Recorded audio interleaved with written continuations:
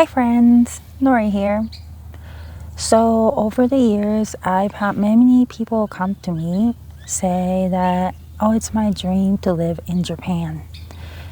And over the last couple years, it has been increasing to even more people that are sharing that they want to live in Japan.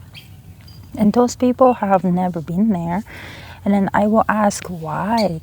It's like, is it anime? Is it like the Japanese culture in particular? Or is it because it's like supposedly cheaper there than dollars? And most of them are actually kids, like my kids' age, school kids, and even the smaller kids who tell me that they want to live in Japan.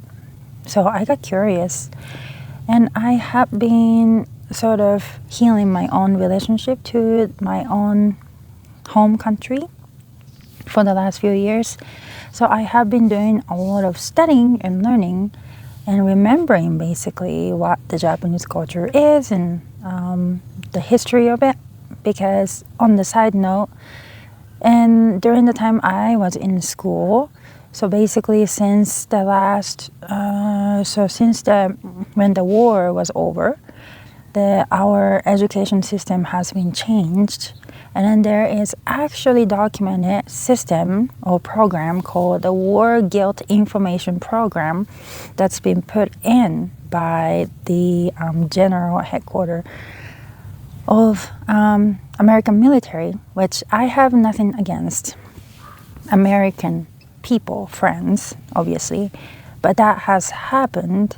And then for the last 80 years since the last war was ended, basically our education system has geared towards Japanese people to feel guilty for being Japanese and sort of suppress the very beautiful traditions and beautiful cultures that we had as our treasures of this lineage.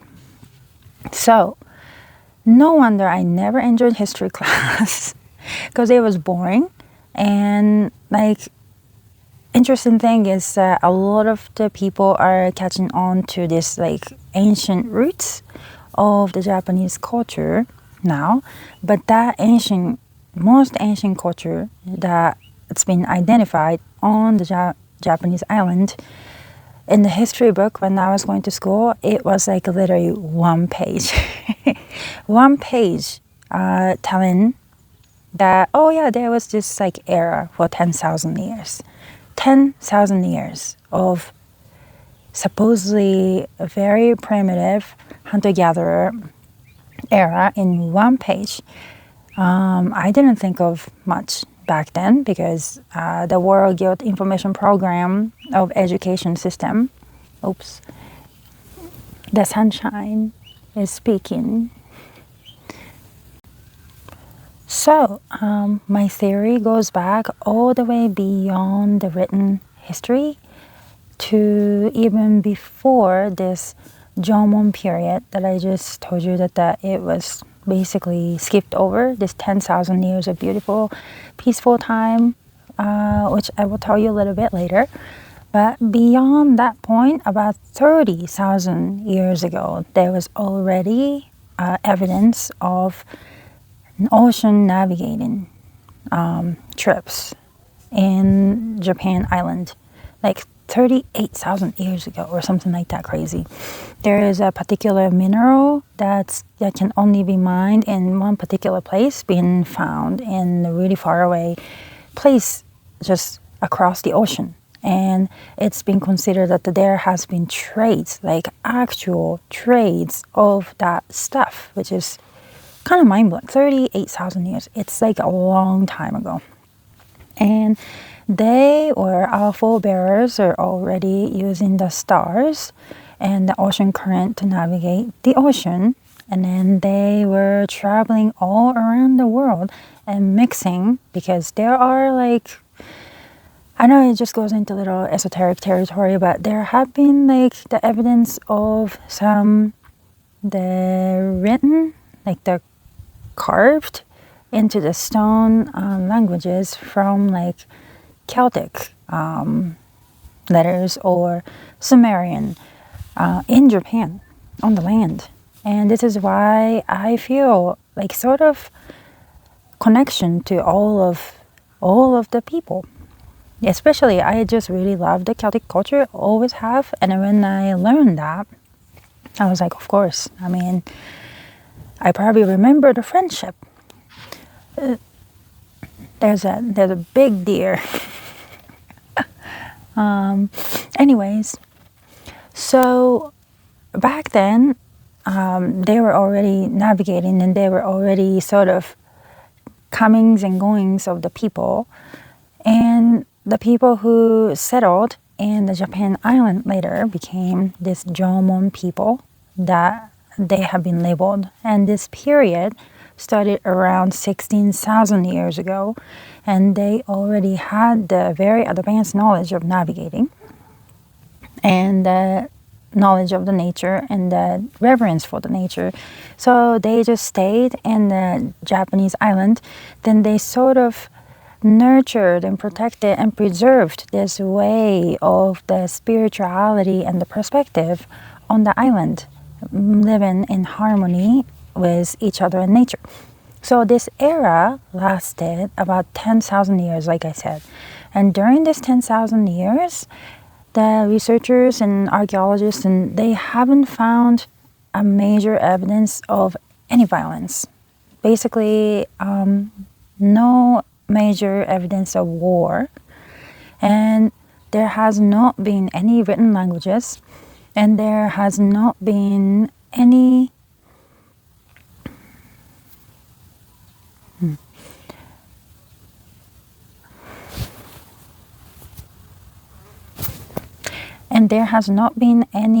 evidence of the massive monocrop farming.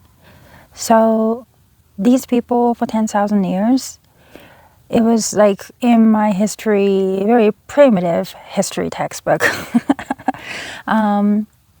They described the Jomon people as primitive hunter-gatherers, but they were quite advanced in their pottery making because they were the ones who created the oldest potteries in the whole world that are very intricate and also had many different uses and meanings, and also elaborate, like artistic too.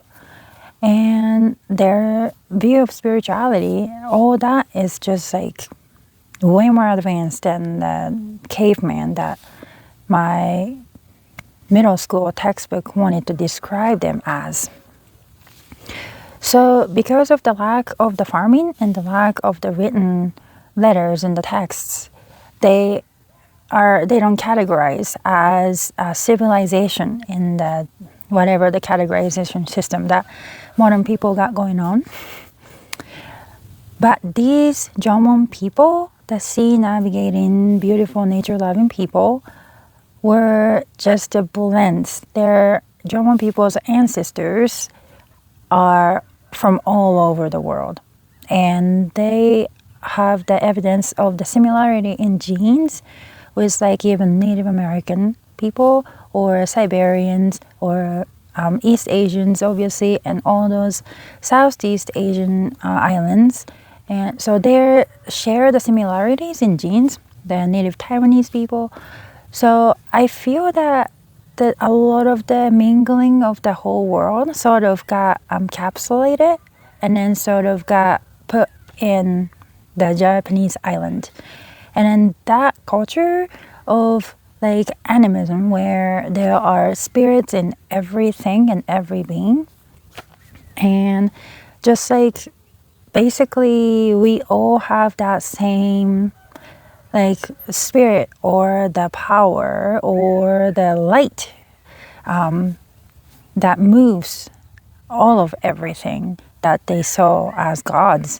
Not just one god, but there's the like common like energy or power or spirit that they saw in everything. So that like perspective and like just spirituality like view of the world has been basically the roots of all of Japanese culture later on. Like the things like tea ceremonies, things like the kudo, which is the archery, but in the form of very like specific form, or like kado, which is the flower arrangements of the Japanese style. Like all of those disciplines, I feel like it has the roots just back all the way to that Jomon perspective of nature and each other. So that means all over the world, we all basically share the ancestral seeds as a common ancestors. And that's got packed into little packages of Jomon people and then got put in the Japan islands. And then that culture has been sort of, for the last thousands of years, that's been like sort of preserved and like changed, but the core of it has been the same. So that's pretty beautiful, actually. That means like you and I and all of us in the whole world were somehow genetically similar and connected, and we all have that very beautiful ancestors who had such high connection to the nature and the spirits of the nature. So what's interesting about these Jomon people is that they revered snakes as the symbol of the death and the rebirth and just renewal of the cycle of the life. And then they put a lot of the snake motifs in their potteries and their accessories that they were making. And basically the way they see the creation story, it's very interesting comparison. I feel like there's a word, Japanese word, musuhi, which means that basically innate light in all the beings, in us, in the trees, in the sunshine. And there's also another word in Japanese that comes from musuhi, is musubi, which means to tie, to weave, to bind together, to create, to bear, to create something out of things that are seemingly separate, but that word is to make them together. And that, in the Jomon and ancient Japanese perspective, that is our nature, is that bearer of the light that we share with everything in the world and every being in the world. And that is a really cool perspective. And no wonder they did not have any major wars for 10,000 years.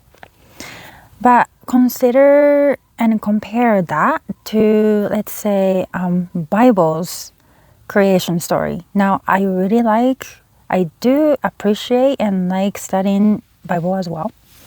So I'm not here to bash. But in the Bible story and in the creation stories that a lot of people actually believe is that the serpent, which was in the Jomon people's perspective a sign of renewal, was the one who tempts the Adam and Eve, or Eve, I guess. Then our original ancestors in the Bible creation story were innately sinful. Like the beginning is the sinful, but in the Jomon perspective, yes, we will accumulate the negativity like the dust settles on the floor or the shelves and we have to clean it up. That's why we have a lot of concept of cleansing, which is called misogi. And then we just cleanse with the water and let the earth take our negativity and then make it into a nurturing compost for the Mother Earth kind of thing. Like we believe, the Japanese perspective, we believe that we're innately pure and born pure, and then we are pure. When we accumulate negativity, we will just cleanse and then get back to the pure. But in the Bible-based creation story, it says that the serpent is the sign of temptation. so somehow associated with something not so great. And not only that, we're innately sinful people. And I was like, that seems like a little bit, it's just like, how are we supposed to like love so deeply and then care for everything, and then to not see the separation in each other, and then also with the nature, and also with the gods or that of spirit. Because yeah, in the Japanese perspective, there are in this word yaorazu means that the 8 million gods. It just means that there are unlimited number of gods everywhere. In this Bible-based view, there are one God who is sort of judging the people, either, okay, they're good, okay, they're bad, this is good, this is bad. That just doesn't make any sense in my mind. It might to some of you, and that's totally okay. To me, it feels a little bit distorted, but so there's nothing against the people who believes and then studies Bible, and then I respect them all, and then I am just a one citizen who has a wacky theory. But my intuition says that that story is distorted, because I've seen a lot of good in people, and then when they see, even today, have like there are wars because of that religion, like religious differences, the religious view differences, and that seems a little bit weird to me, and then unnatural. So anyways, that concept of musuhi, the innate light in all of us, and to be able to bear and bind, I feel like that has been like a basis of how the Japan sort of took in the new things that comes and then make it into something unique. Because it happened with tea, it happens with letters, it happened with Buddhism. I feel like that's the kind of perspective that able to do, okay, yeah, the new things comes in, we don't have to judge right away, and then we can see the good things in it, and then we can make it into something cool by combining with existing things that we got going on. I feel like the Japanese culture is actually master of doing that. And that's how we sort of preserved that very ancient like seeds and the roots that all of us share way back when. Just little by little, by forming and changing and adapting. So to me, I feel like a lot of everybody is collectively remembering that like ancient seeds of, okay, this is like how we're supposed to live, by being loving to each other, because how can you not when there is innate light in all of us who are able to bear more light and create and unite and bind. That's just like, it seems pretty natural. So I feel like especially kids who are so receptive, they're just collectively feeling that. Have you heard morphogenic resonance?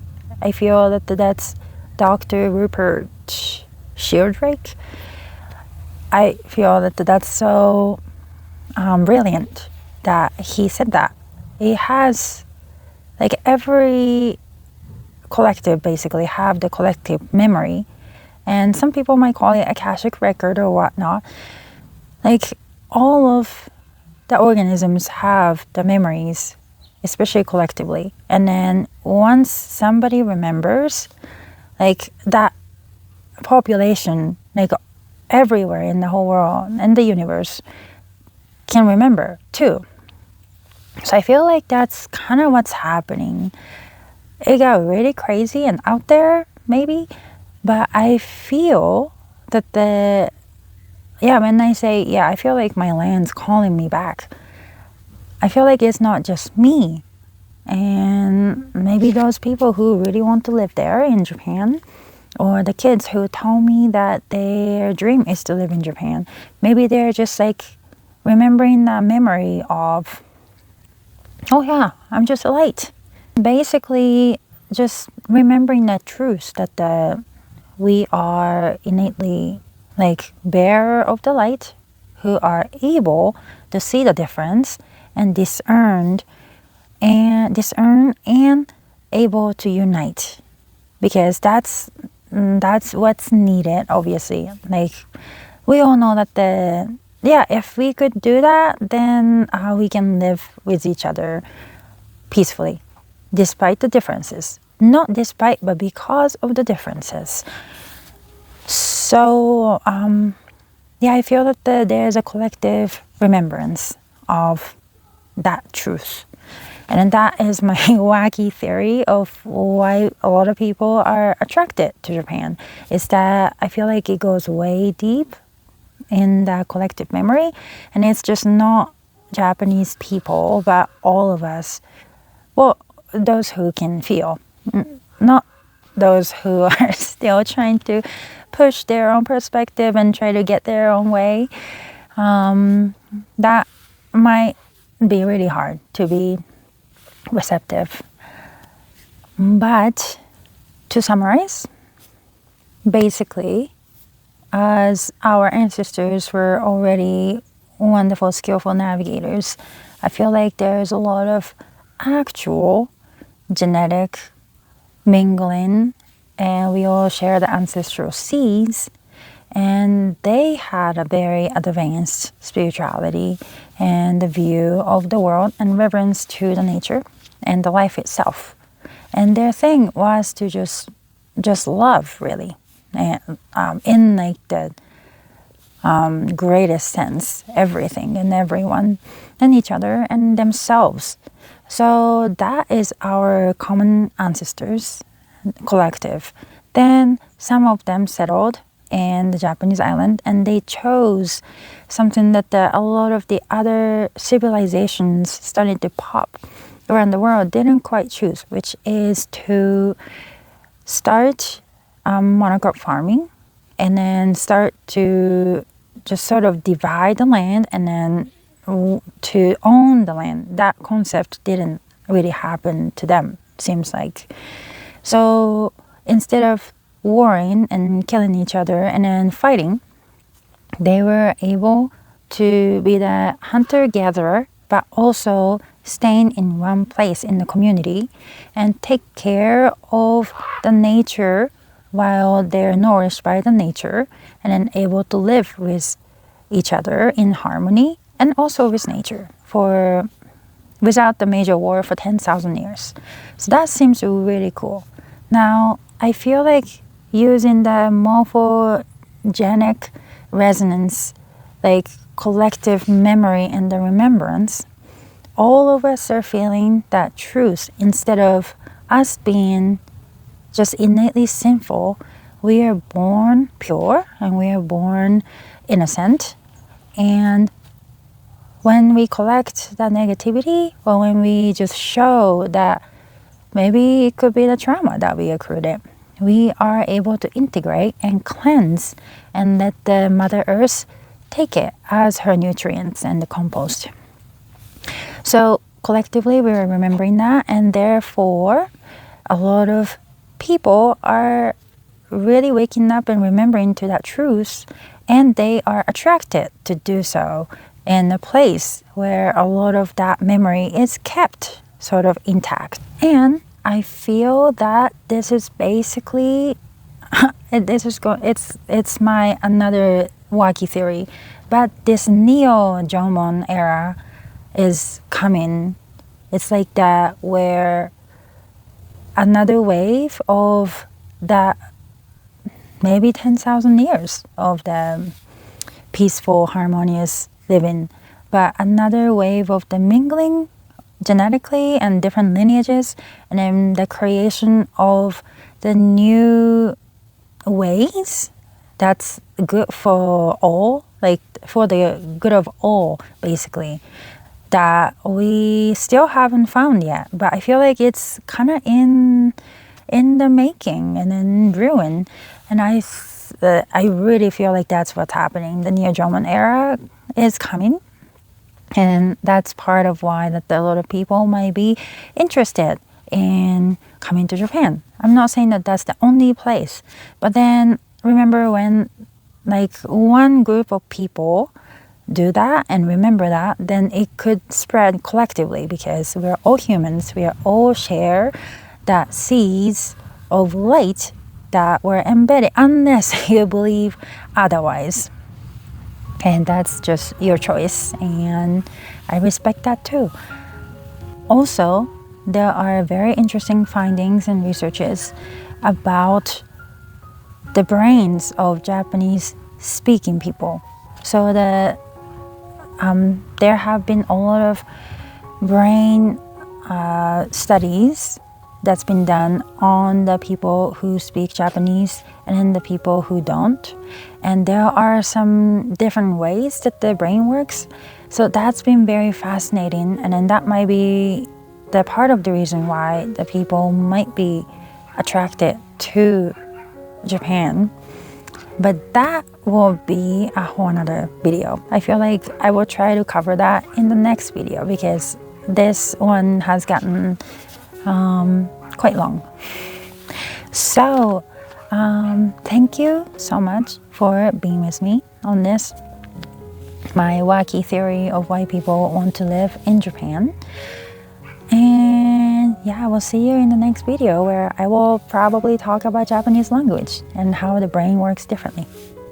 So until next time.